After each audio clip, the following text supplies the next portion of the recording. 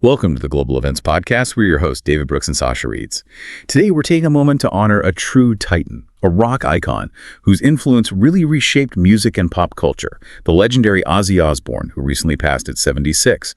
This isn't just, a news item. It feels like an opportunity for us to really explore the incredible kind of multifaceted journey of a man who embodied so many contradictions and captivated millions. That's absolutely right. And this discussion, it'll take us into Ozzy's life, tracing his path from, the humble industrial streets of Birmingham, England, all the way to becoming this global phenomenon.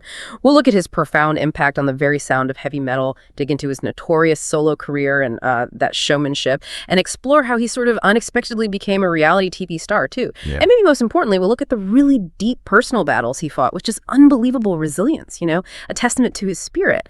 And what makes his passing particularly poignant is that it came less than 3 weeks after that final, really momentous reunion concert, a powerful curtain call. It's quite something to think about, isn't it? How one person could just shift from being the snarling Prince of Darkness to this, beloved, if maybe chaotic, reality TV dad. His story is just a whirlwind of personas and experiences, and I'm genuinely keen to unpack how that whole journey unfolded for him and, for us as listeners too. So let's maybe go back to the beginning, before the solo fame, definitely before the TV cameras. There was Black Sabbath, and Ozzy's role in its foundation was just absolutely pivotal, wasn't it? What was it about that band that truly made them so revolutionary? Well, what's really fascinating is how Ozzy's own origins kind of directly fed into that revolutionary sound of Black Sabbath. John Michael Osbourne, born in Aston, Birmingham, 1948. His parents were factory workers, working class, and his upbringing, it was incredibly tough, marked by poverty, and he even did time in jail for petty burglary. He famously said he was fucking useless at it, actually. But that gritty, industrial, working class environment, the soot, the smog, the clang of machinery that really defined Birmingham, that was the crucible for Sabbath. Bassist Geezer Butler put it perfectly once. He said they didn't want to write happy pop songs. Instead, their music gave that really visceral, industrial feeling to the world. Their sound wasn't just heavy. It was this raw, unfiltered roar from that working-class underbelly. It echoed the despair and grit of those factories. You can almost hear the machinery in Tony Iommi's riffs, the smoke and, the angst in Ozzy's voice. It gave a voice to a generation that felt unheard and, frankly, pretty grim. And the band itself, that lineup, the name, it really does sound like something out of a gothic horror story. It really does. Yeah, they adopted their name from a Boris Karloff horror movie, which, perfectly set the tone for their dark, often unsettling lyrics. The core lineup was Ozzy on vocals, Tony Iommi on guitar, Geezer Butler on bass, and Bill Ward on drums. Their first album, self-titled, landed in 1970, instantly laid the blueprint for heavy metal. But it was Paranoid, also from 1970, that truly cemented their global legacy. It had those iconic anthems like Iron Man and War Pigs, which soared to the top of the UK charts. Then came Master of Reality in 71, incredibly dense, almost sludgy sound, pioneering down-tuned guitars. That album wasn't just influential, it directly shaped the whole doom metal subgenre, slow tempos, low guitars, dark atmosphere. Right, those early albums are just undeniable classics, shaping an entire genre. So they put out 5 more acclaimed albums together before Ozzy first left, only for him to come back much later. Yeah, exactly. His initial departure was in 79. It was largely driven by significant struggles with addiction. Alcohol and drugs had made him increasingly unreliable, sadly, and it led to his firing. But the story of Ozzy and Sabbath wasn't over, not by a long shot. He remarkably returned for the 2013 album 13. Which didn't just reunite most of the original members, it actually topped the charts in both the US and UK. Big comeback. They even did what was supposed to be their final concert in Birmingham in 2017. Very emotional. And then, of course, there was that truly incredible, unexpected reunion performance just weeks ago. Wow, that's a massive arc for just one band. And then almost immediately after leaving Sabbath, he just launches headfirst into his solo career. He reinvents himself as the Prince of Darkness. What was different about this phase, and how did he manage to cultivate that unforgettable, almost mythological image? Well, his solo career was an immediate, just explosive success. It proved he was way more than just the voice of Black Sabbath. He was a singular force, really. His 1980 album, Blizzard of Oz, with the incredible Randy Rhoads on guitar that went 5 times platinum in the US, just huge. And he'd go on to release 13 studio albums, his most recent being 2022's Patient Number 9, shows incredible longevity. And he didn't just sing about the Prince of Darkness, he sort of became him. He cultivated that persona through the music, yeah, but also through notorious, often shocking showmanship. It really blurred the lines between performance art and genuine chaos. Right, you're talking about those incidents, aren't you? The ones that really cemented his wild reputation. Precisely. Yeah, the most infamous one was 1982, Des Moines, Iowa. Bit the head off a dead bat during a concert. He genuinely thought it was a rubber prop someone threw on stage. Ended up needing rabies shots. Not pleasant. And then there was an even earlier incident back in 81. His publicist, Mick Wall, confirmed this one. He bit the heads off 2 doves at a record label meeting. Apparently, he'd intended to release them as a sign of peace, but, well, things went a bit sideways. Look, these weren't just random acts. They felt like these primal screams against convention, blurring lines between performance and shock. They definitely cemented Ozzy's image as something dangerous, unpredictable, utterly compelling. A true anti-hero when music was maybe getting a bit polished. These incidents, bizarre as they were, they really amplified that Prince of Darkness legend. And despite all that, or maybe even because of it, he managed to cross over, achieve chart success that wasn't strictly, heavy metal. That says something about his unique appeal. That's a really crucial point about his broader appeal, which was almost unlikely in some ways. For someone associated with the darkest corners of rock, he did have occasional UK top 40 hits in the 80s and 90s, stuff like Bark at the Moon in 83, Perry Mason in 95. But what really shows his ability to connect way beyond his core metal fans was that unexpected #1 hit in 2003, Changes. It was a duet with his daughter Kelly. It showed this softer, more melodic side, proved his voice and presence resonated across genres, across generations even. Speaking of connecting with a wider audience, Ozzy's journey, it truly went beyond music when he became this massive mainstream cultural icon, didn't it? Largely thanks to television.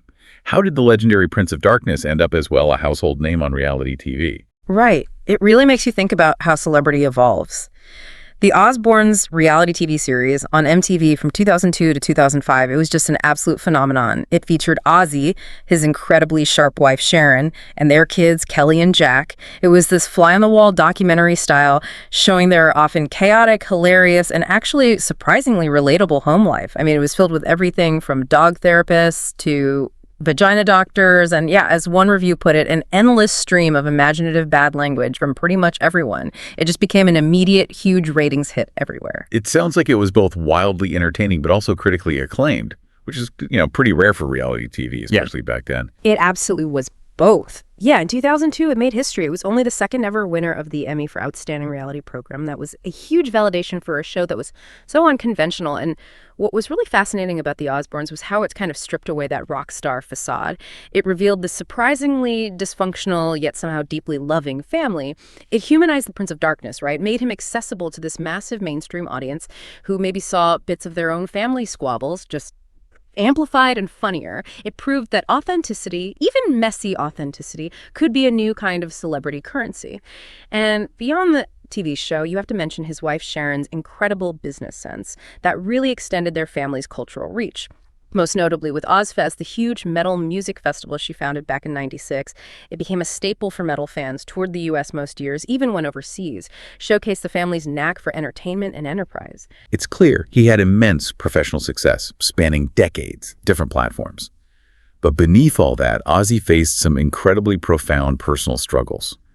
Yet he also had this remarkable, almost unbelievable ability to bounce back again and again. Right. Let's talk about those battles, that undeniable resilience. Yeah, his public battles with addiction are well documented, deeply tangled up with his story. Substance abuse was the direct reason he got fired from Black Sabbath, and it also led to the heartbreaking breakdown of his first marriage. He openly admitted with this chilling honesty that he couldn't even remember his first 2 children, Jessica and Louis, being born because of his addiction. What's truly harrowing, though, is that incident in 1989. While intoxicated, he was arrested for attempting to murder Sharon by strangling her. Just a terribly dark moment that he profoundly regretted. That must have been absolutely terrifying, deeply traumatic for everyone involved, especially Sharon. Oh, absolutely. He talked about waking up in a little single cell with human shit up the walls, being charged with attempting to murder Sharon. He said he just went numb, realizing what he'd done. But despite this horrific event, and Sharon did file for divorce initially, they eventually reconciled. It shows this fierce, if sometimes volatile, bond between them. Though they did briefly split again in 2016 after he was unfaithful, their partnership endured. It's a testament to that complex journey of overcoming addiction and personal demons, even with the relapses. His ability to face these huge public failures and keep fighting for sobriety, That's a key part of his resilience. And his health challenges, wow, especially in recent years, they've been extensive, putting it mildly. He really battled through an incredible amount physically. He truly did. Face down immense physical adversity. Back in 2003, that horrific quad biking accident at his home in Buckinghamshire broke his neck, collarbone, ribs. He actually stopped breathing for a minute and a half. Doctors told him he was incredibly close to being paralyzed. Then, 2005, the diagnosis of Parkinson's syndrome, a form of Parkinson's causing tremors. And then in 2013, after years of sobriety, he confessed he'd tragically relapsed, drinking and drugs for about a year and a half, described himself as being in a very dark place, an asshole to his family. But crucially, he committed to sobriety again, always that persistent fight. And the health issues didn't stop there, did they? It really seems like it was just one challenge after another for him. No, unfortunately, they kept mounting. In 2019, he had a fall at home that really badly aggravated those earlier quad bike injuries, led to multiple spine surgeries, including a major one in 2022. He also had to postpone tours in 2020, remember? Because of a hand infection. And later that year, he publicly announced his Parkinson's diagnosis, which he'd actually been living with quietly for years. By 2023, the cumulative toll, it just forced him to cancel a planned UK and Europe tour. He said he was physically weak after 3 operations, stem cell treatments, endless physical therapy sessions, and most recently, groundbreaking cybernetics HAL treatment. Mm-hmm. That HAL treatment uses a robotic exoskeleton to help with movement. It's an almost unbelievable list of physical trials he endured. It's completely understandable that such a continuous string of just profound physical challenges would take a significant toll on his mental health, too. How did he cope with the depression during all that treatment? And what was the powerful motivation behind that final, unforgettable performance? He spoke incredibly openly about his depression, actually, in a May 2025 interview. He really articulated the toll it took. He said, you wake up the next morning and find that something else has gone wrong. You begin to think this is never going to end. Just crushing. It was Sharon, apparently, seeing him in what she called Doomtown, who came up with the idea for the Back to the Beginning concert at Villa Park, his beloved hometown football club. She said it gave him a reason to get up in the morning, and that singular motivation, it drove him towards that incredible moment on July 5th, 2025. Despite being physically frail, he performed seated in this amazing bat-adorned throne, but his spirit was just absolutely electric, pure Ozzy. He told the roaring crowd he'd been laid up for 6 years and then, with typical defiance, declared, I am Iron Man, go fucking crazy. It was this truly monumental reunion with Geezer Butler, Tony Iommi, and Bill Ward, and featured other legends too, like Metallica, Slayer, Guns N' Roses, just a raw, defiant, and perfectly Ozzy send-off, really. What an incredible, almost cinematic way to cap off such a tumultuous, yet ultimately triumphant life. The outpouring of grief and appreciation after his death must have been just immense, reflecting his huge impact. It absolutely was. Yeah, the family statement really reflected that profound universal sadness. It is with more sadness than mere words can convey that we have to report that our beloved Ozzy Osbourne has passed away this morning. He was with his family and surrounded by love. We ask everyone to respect our family privacy at this time. No cause of death was given publicly, which just underscores the family's desire for privacy in that moment. And the tributes from his peers, the other legends of rock, they must have been incredibly powerful too. They certainly were. Elton John's message, I think, really captured the sentiment of so many. He described him as a dear friend and a huge trailblazer who secured his place in the pantheon of rock gods, a true legend. He also added, he was also one of the funniest people I've ever met. I will miss him dearly. And these heartfelt tributes came from across the music world. It just underscores the universal impact he had, not just as a musician, but as this unique, completely unforgettable personality. What an incredible, sprawling journey we've explored today. Ozzy Osbourne was just so much more than a musician, wasn't he? He was an innovator who, with Black Sabbath, helped forge an entire genre. He was a showman who captivated millions with his outrageous persona, a family man whose, domestic chaos became global entertainment, and maybe above all, a survivor who faced down incredible personal demons and debilitating health challenges with his remarkable raw resilience.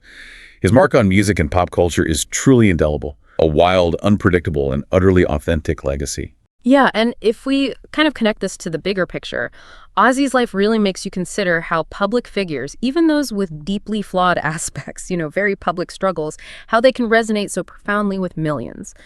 What does his story tell us about resilience in the face of just immense adversity, about the power of authenticity, even messy authenticity, and maybe about the very raw, often chaotic, yet ultimately enduring human condition?